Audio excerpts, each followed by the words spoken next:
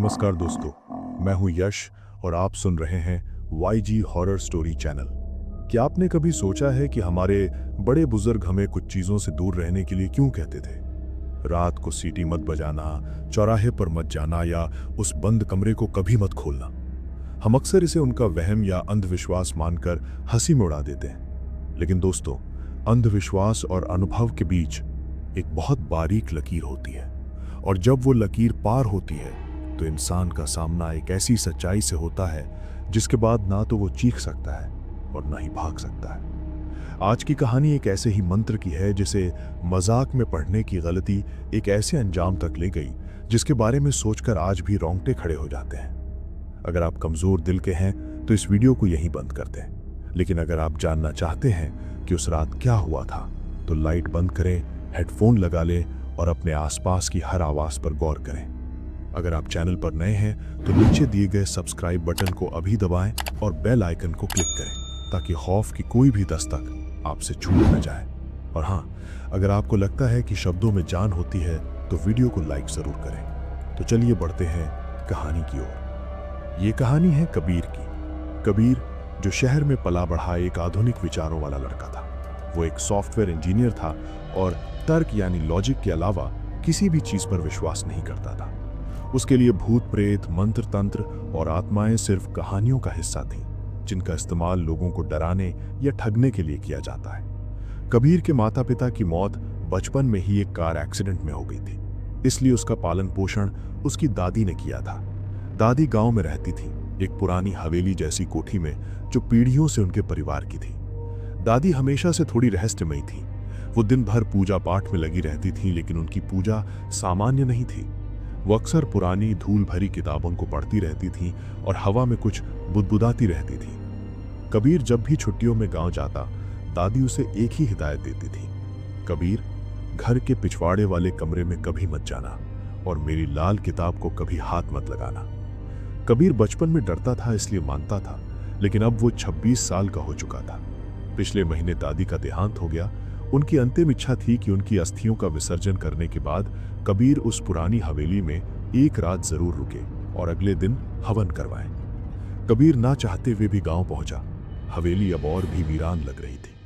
गांव वालों ने उसे अजीब नजरों से देखा, जैसे वे जानते हों कि वहां क्या होने वाला है। रात हो चुकी थी। हवेली के बड़े बड़े कमरे, ऊंची छतें और पुराने जमाने का फर्नीचर, सब कुछ कबीर को एक अलग ही दुनिया का लग रहा था।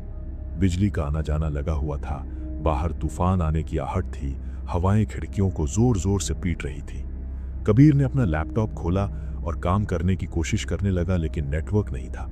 बोर होकर उसने सोचा कि क्यों न घर की सफाई कर ली जाए। सफाई करते करते उसकी नजर दादी के संदूक पर पड़ी। वही पुराना लोहे का भारी संदूक। कबीर ने उसे खोला। उसमें दादी के पुराने कपड़े, कुछ जेवर और सबसे नीचे वही लाल किताब रखी थी। वही किताब जिसे छूने के लिए दादी ने हमेशा मना किया था। कबीर के चेहरे पर एक व्यंग्यात्मक मुस्कान आ गई।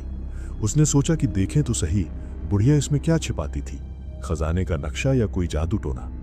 उसने किताब उठाई। किताब बहुत पुरानी थी। उसके पन्ने पीले पड़ चुके थे और उनसे एक अजीब सी पुरानी मस्टी गंध आ रही थी। उसने पन्ने पलटने शुरू किए। उसमें संस्कृत और किसी पुरानी भाषा में कई मंत्र लिखे थे। हर मंत्र के नीचे लाल स्याही से चेतावनी लिखी थी, रोग निवारण के लिए, बरकत के लिए। कबीर हंसता रहा। तभी वो आखिरी पन्ने पर पहुंचा। वो पन्ना बाकी पन्नों से अलग था। वो काला था और उस पर सफेद स्याही से कुछ लिखा था। सबसे ऊपर लिखा था, आह्वान, सत्य को देखने के लिए। और नीचे एक चेतावनी थी जो बहुत बड़े अक्षरों में लिखी थी, इसे केवल तभी पढ़ें जब मृत्यु सामने खड़ी हो। इसे मजाक में पढ़ने का मतलब है अंजाम को न्योता देना। कबीर जोर से हंसा। अंजाम? मृत्यु? हद है अंधविश्वास की। उसने अपने फोन का रिकॉर्डर चालू किया ताकि वो अपने दोस्तों को बाद में सुना सके कि उसने दादी का सबसे खतरनाक मंत्र पढ़ा और कुछ नहीं हुआ। घड़ी में रात के ठीक 12:30 बज रहे थे। बाहर सन्नाटा छा गया था। हवा रुक गई थी। कबीर ने गला साफ किया और उस काले पन्ने पर लिखे शब्दों को जोर जोर से पढ़ना शुरू किया। अमावस्या रात्रिम शून्यम द्वारम आगच्छ आगच्छ मम समक्षम पश्यति सत्यम त्यजति प्राणम। जैसे ही उसने आखिरी शब्द बोला, कमरे का भारी दिया बुझ गया। अब सिर्फ उसके फोन की फ्लैशलाइट की रोशनी थी। कबीर हंसा। लो, हो गया जादू, बस दिया बुझ गया, हवा से बुझा होगा। वो उठा और दिया फिर से जलाने के लिए माचिस ढूंढने लगा। लेकिन तभी उसे महसूस हुआ कि तापमान गिर गया है। दिसंबर की ठंड थी, लेकिन ये ठंड अलग थी। ये ऐसी ठंड थी जो त्वचा को नहीं बल्कि हड्डियों को जमा रही थी। कबीर ने माचिस जलाई। दिए की लौ जली, लेकिन वो स्थिर नहीं थी। वो पागलपन की तरह नाच रही थी, जबकि कमरे में कोई हवा नहीं थी। तभी उसे एक आवाज सुनाई दी, खटर पटर। आवाज उसी कमरे से आ रही थी जिस संदूक से उसने किताब निकाली थी। कबीर मुड़ा। कौन है? उसने पूछा। कोई जवाब नहीं, सिर्फ उसकी अपनी आवाज की गूंज। कबीर ने सोचा कि शायद कोई चूहा होगा। वो वापस किताब रखने के लिए बढ़ा, लेकिन जैसे ही उसने किताब को संदूक में डालने के लिए हाथ बढ़ाया, उसने देखा कि किताब का वो काला पन्ना अब खाली था। कबीर की धड़कन एक पल के लिए रुक गई। उसने पन्ने को पलट कर देखा, झाड़ा, लाइट में देखा। शब्द गायब हो चुके थे। ये स्याही उड़ गई होगी, उसने खुद को समझाया। लेकिन अंदर ही अंदर एक डर का बीज बोया जा चुका था। उसने संदूक बंद किया और हॉल में आ गया। रात के 1 बज रहे थे। कबीर को प्यास लगी। वो किचन की तरफ बढ़ा।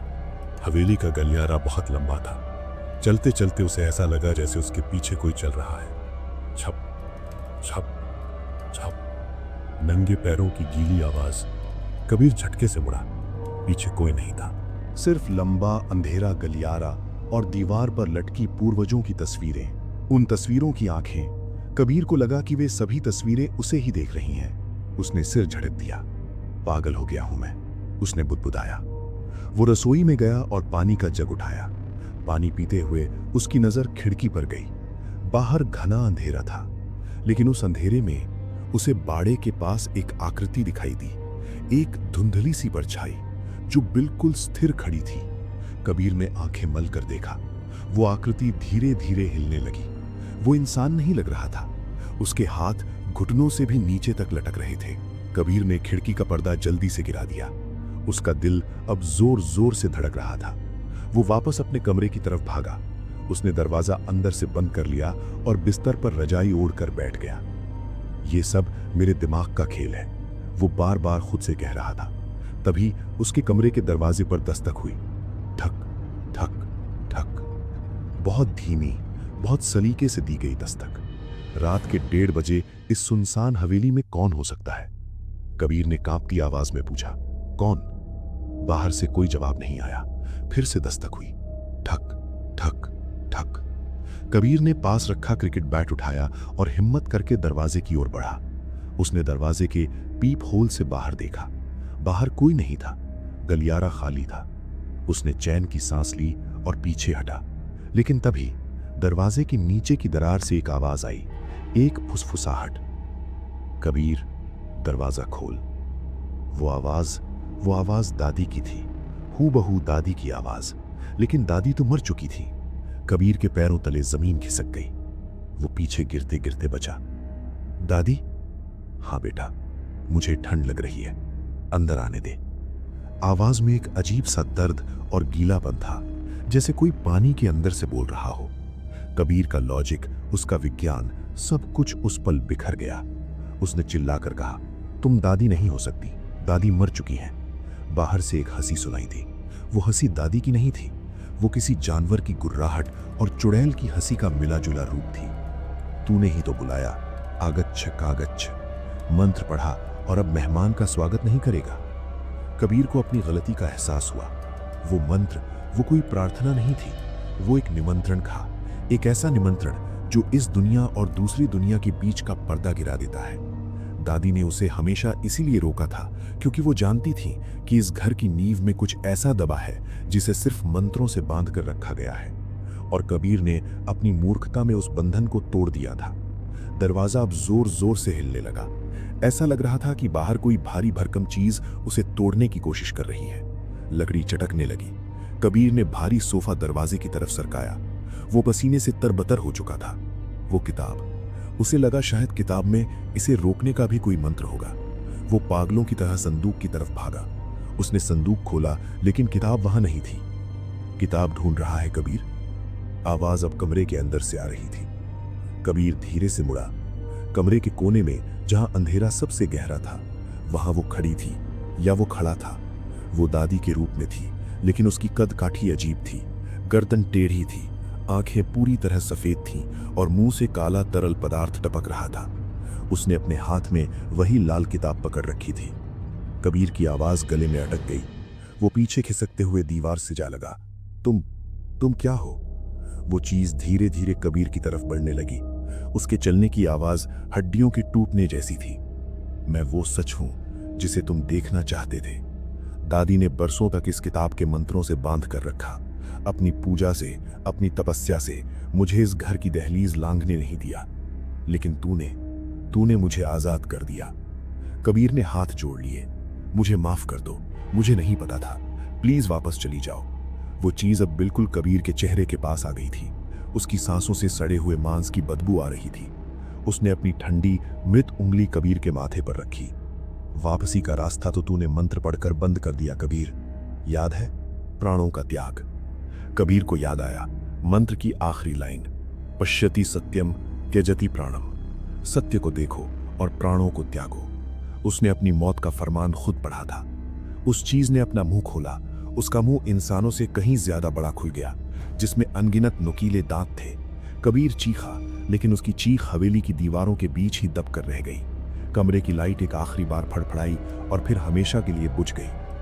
अगली सुबह जब गांव वाले और पुजारी हवन के लिए आए तो हवेली का दरवाजा अंदर से बंद था। बहुत आवाज लगाने पर भी जब कोई नहीं आया तो दरवाजा तोड़ा गया। अंदर का नजारा देखकर गांव वालों की रूह कांप गई। कबीर वहां था। वो दादी के पुराने आदमकद आईने के सामने बैठा था। उसकी आंखें खुली थीं, लेकिन उनमें पुतलियां नहीं थीं, सिर्फ सफेदी थी। उसका शरीर नीला पड़ चुका था और उसके चेहरे पर अत्यधिक डर के निशान थे, जैसे मरते वक्त उसने साक्षात यमराज को देख लिया हो। उसके हाथ में वही लाल किताब थी। लेकिन पुलिस और लोगों के लिए जो सबसे खौफनाक बात थी वो ये थी कि कबीर की जीभ कटी हुई थी। पोस्टमार्टम रिपोर्ट में मौत की वजह हार्ट फेलियर यानी डर से दिल रुक जाना बताई गई। लेकिन गांव के बुजुर्ग कुछ और ही कहते हैं। वो कहते हैं कि कबीर ने वो मंत्र पढ़ा था जिसे पढ़कर इंसान उस दुनिया की चीजों को देख तो लेता है, लेकिन फिर वो इस दुनिया को बताने के लिए जिंदा नहीं बचता।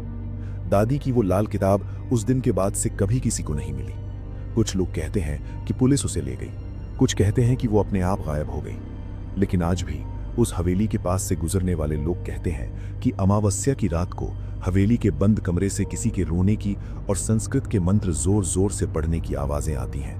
वो आवाज कबीर की है, जो आज भी उसी रात में फंसा हुआ है, उस गलती की सजा भुगत रहा है जो उसने मजाक में की थी।